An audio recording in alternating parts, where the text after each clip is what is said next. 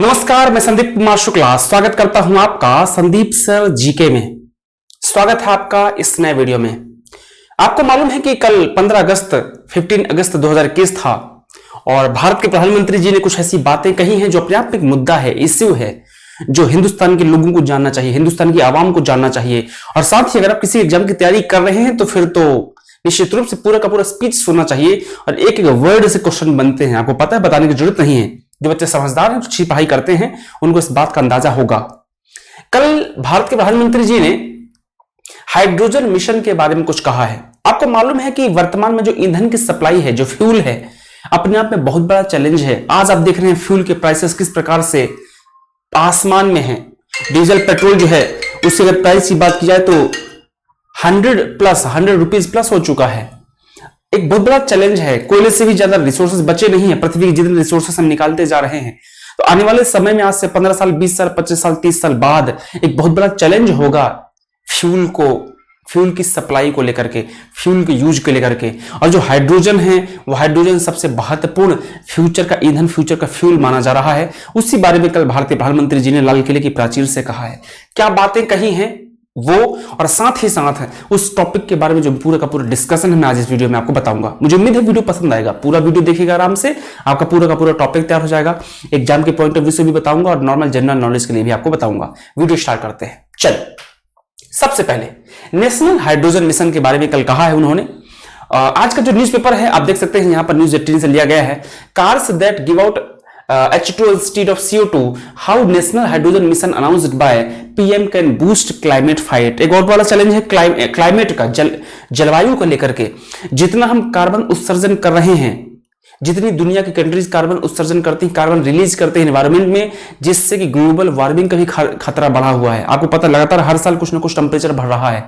जो हमारे ग्लेशियर्स हैं वो हमारे पिघल रहे हैं, जिससे कि वाटर लेवल जो समुद्र का ऊपर हो जाएगा। मालदीव जैसे कंट्रीज डूबने के कगार पर आ गए हैं। जो छोटे छोटे आइलैंड्स कंट्रीज जो सागरों में है, समुद्र में है, उनके डूबने की कंडीशन हो सकती है। ग्लोबल वार्मिंग खतरनाक है, टेम्परेचर लगातार बढ़ता जा रहा है। अपने आप में बहुत बड़ा चैलेंज है, इसको भी कम करना है। जो कार्बन, आपको मैं एक वीडियो अलग से करके बताऊंगा कार्बन टैक्स के बारे में। जो कंट्री जितना ज्यादा कार्बन रिलीज करती है कार्बन डाइऑक्साइड को, उतना ज्यादा उसको टैक्स लगता है। उस पर अलग से कभी डिस्कशन करेंगे। तो कार्बन डाइऑक्साइड का जो रिलीज है हमारा, बहुत बड़ा चैलेंज है हमारे लिए। उसमें भी बहुत बड़ा हेल्पफुल ये होने वाला है आपका हाइड्रोजन मिशन। चलिए क्लास को शुरू करते हैं। जैसा कि भारत ने अपना 75वां स्वतंत्रता दिवस मनाया, प्रधानमंत्री नरेंद्र मोदी ने 15 अगस्त को देश को हरित हाइड्रोजन के उत्पादन और निर्यात के लिए वैश्विक केंद्र बनाने के उद्देश्य से राष्ट्रीय हाइड्रोजन मिशन का अनाउंसमेंट किया है। इसमें मोदी जी जो प्रधानमंत्री, उनका कहना है कि भाई हम जो हाइड्रोजन मिशन चालू करेंगे, न सिर्फ हिंदुस्तान के लिए बल्कि हम सप्लाई भी करेंगे, इंटरनेशनल लेवल पे हम इस पे काम करेंगे। ठीक है, अच्छी बात है। वैसे हिंदुस्तान के लिए हो जाए तो भी मोर देन इनफ है, और अगर हम इस लेवल पे आ जाए कि हम भैया इंटरनेशनल लेवल पे अगर इस मिशन को ले जाएं तो इससे अच्छी कुछ बात हो नहीं सकती है। राष्ट्र को संबोधित करते हुए पीएम मोदी ने कहा कि यह योजना कम कार्बन वाली अर्थव्यवस्था बनने के लक्ष्य को हासिल करने में मदद करेगी। मैंने बोला, जो कार्बन रिलीज हम कर रहे हैं, जो कार्बन एमिशन है, वो डेंजरस है, चैलेंजिंग है। तो हम चाहते हैं कि अगर हमारा नेशनल हाइड्रोजन मिशन सक्सेसफुल होता है हिंदुस्तान में, तो जो हम कार्बन रिलीज कर परसेंटेज का हो जाएगा, कम हो जाएगा, जिससे कि पोल्यूशन भी कम होगा, ग्लोबल वार्मिंग में जो हमारा रोल है वो भी कम होगा। ठीक है, चलो, जो चीज मैंने इंग्लिश हिंदी में बोली है, सेम टू सेम चीज इंग्लिश में लिखी हुई है। As India celebrated its 75th Independence Day, prime minister on 15 August announced National Hydrogen Mission with the aim to make the country a global hub for the production and export of green hydrogen. Addressing the nation, PM Modi said that this plan will help to achieve the target of becoming a low carbon economy। ठीक है, चलिए आगे चलते हैं my dear. What is National Hydrogen Mission, क्या है, इसके बारे में डीप में डिस्कशन करते हैं। राष्ट्रीय हाइड्रोजन मिशन हरित ऊर्जा स्रोतों से हाइड्रोजन का उत्पादन करने में सक्षम होगा। ठीक है, जो हमारी ग्रीन एनर्जी सोर्सेस हैं, जो कि हमारे क्लाइमेट को ज्यादा नुकसान नहीं पहुंचाते हैं, उस प्रकार का है ये हमारा नेशनल हाइड्रोजन मिशन। कुल मिला के सीधा कहा जाए तो पोल्यूशन कम, ऐसा नहीं कि जीरो होगा, कम होगा, कार्बन एमिशन कम होगा, लगभग ना के बराबर होगा। और जो हमारा ग्लोबल वार्मिंग में जो हमारा रोल है हिंदुस्तान का, जो निगेटिव रोल बोलेंगे आप उसको, वो भी कम होगा। तो राष्ट्रीय हाइड्रोजन मिशन हरित ऊर्जा स्रोतों से हाइड्रोजन का उत्पादन करने में सक्षम होगा। यह रसायन, लोहा, इस्पात, उर्वरक और शोधन, परिवहन, गर्मी और बिजली जैसे उद्योगों के लिए डीकार्बोनाइजिंग एजेंट हो सकता है। यह ग्लोबल वार्मिंग को भी धीमा करेगा। ठीक है, जो चीज मैंने हिंदी में बोली सेम चीज इंग्लिश में लिखी है। The national Hydrogen mission will enable the generation of hydrogen from green power sources. It can be a decarbonizing agent for industries like chemicals, iron, steel, fertilizers and refining, transport, heat and power. It slows global warming. What are the source of hydrogen? अब सवाल आता है भाई साहब, जब national Hydrogen mission की आप बात कर रहे हैं तो हमारे पास क्या सोर्स है हाइड्रोजन के? लाजमी सी बात है, इस पर चर्चा होनी चाहिए. चलिए देखते हैं भाई. यह सितारों का ईंधन है और अद्भुत ऊर्जा पैक करता है. यह ब्रह्मांड में सबसे बड़ी मात्रा में उपलब्ध तत्व है. जो हाइड्रोजन है ब्रह्मांड में, यूनिवर्स में सबसे ज्यादा मात्रा में पाया जाने वाला एलिमेंट है. हाइड्रोजन के जलने का उत्पादन पानी है. जब हाइड्रोजन जलता है तो उससे पानी बनता है और पानी हमारे लिए बेनिफिशियल है, यूजफुल है. पृथ्वी पर यह पानी या हाइड्रोकार्बन जैसे जटिल अणुओं में पाया जाता है. जो पानी होता है H2O, उसको भी जब दो पार्ट में डिवाइड करोगे तो H और O निकलेगा, ऑक्सीजन और हाइड्रोजन, तो वहां से भी हमको हाइड्रोजन मिलेगा. ये भी इसका एक सोर्स है. हाइड्रोजन ऊर्जा का सोर्स नहीं है जैसे जीवाश्म ईंधन या नवीनीकरणीय स्रोत जैसे सूर्य का प्रकाश और वायु, बल्कि एक ऊर्जा वाहक है. ये ऊर्जा का एनर्जी का सोर्स नहीं है, ये एनर्जी लेकर चलता है, एक वाहक है. ठीक है, इसका उपयोग करने से पहले इसे उत्पादित या निकाला या संग्रहित किया जा सकता है. इंग्लिश में देखते हैं, it's the fuel of stars and packs awesome energy. इसके में बहुत एनर्जी होती है. It is also the most abundant element in the universe. सबसे ज्यादा मात्रा में यूनिवर्स में पाया जाता है. The by product of the burning of hydrogen is water. बेहतरीन है. इसका यूज करने के बाद जो बाई प्रोडक्ट बचता है वो हमारे पास पानी है. पानी तो हमारे लिए यूजफुल है. उसके बाद में on earth it is found in complex molecules such as water और हाइड्रोकार्बन्स.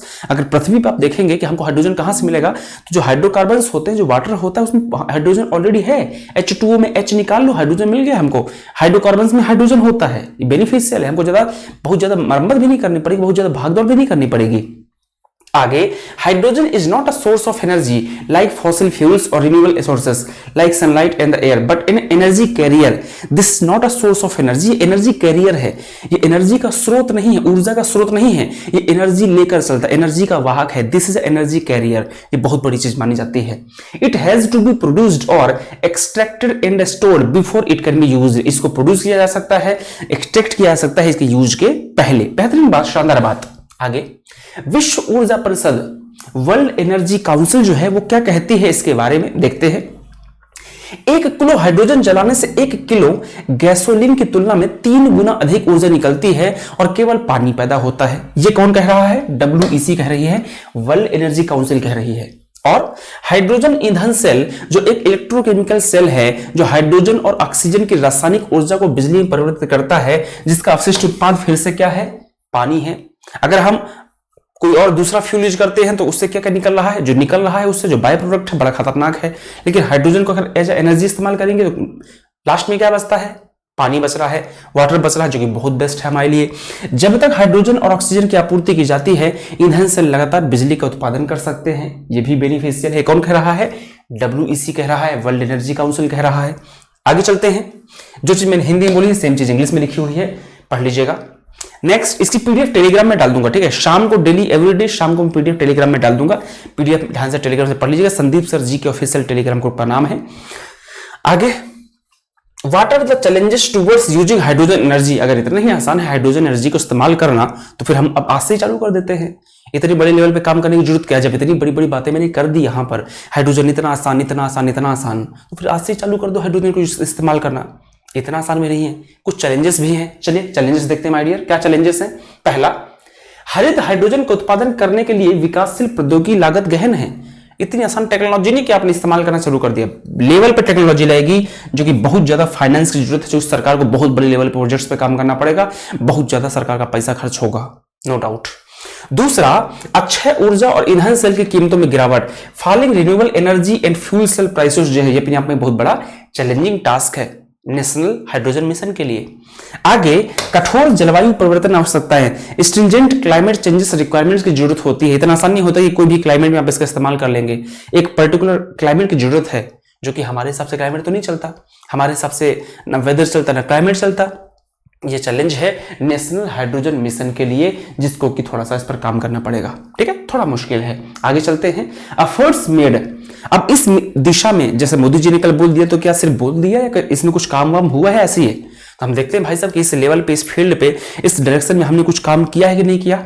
आइए देख लेते हैं। चलिए, आपको मालूम है कि केंद्र 2021 से 2024 के बीच पायलट परियोजनाओं और अनुसंधान विकास और प्रदर्शन जो हमारा RD&D है, रिसर्च एंड डेवलपमेंट जो हमारा होता है, परियोजनाओं के लिए 800 करोड़ रुपए खर्च करने जा रहा है।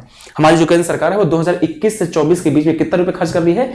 800 करोड़ रुपए खर्च कर रही है, जबकि निजी खिलाड़ियों के निवेश को भी हाइड्रोजन भविष्य की ओर धकेलने के लिए गिना जा रहा है। जो हमारे प्राइवेट प्लेयर्स हैं, जो प्राइवेट कंपनीज है, अंबानी, अडानी, टाटा, जितने भी बड़े नाम है आप ले सकते हैं प्राइवेट के, उनको भी इंकरेज किया जा रहा है कि भाई आप भी इस फील्ड में काम कीजिए।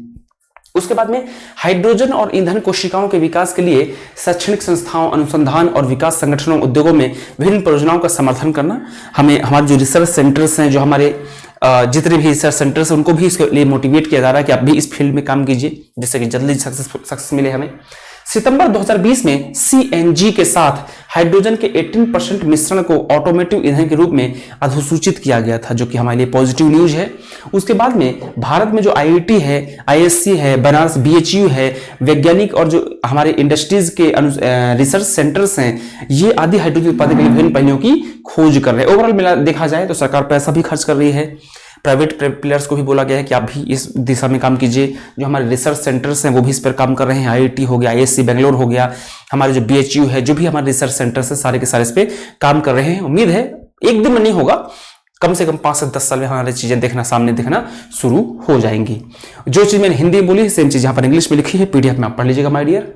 आगे 2 क्वेश्चंस आपके स्क्रीन पर है। जो टॉपिक मैंने आपको पढ़ाया, 2 क्वेश्चन आपके स्क्रीन पर दिख रहे हैं। पहला, which of the following converts energy from the combustion of fuel directly to the electrical energy.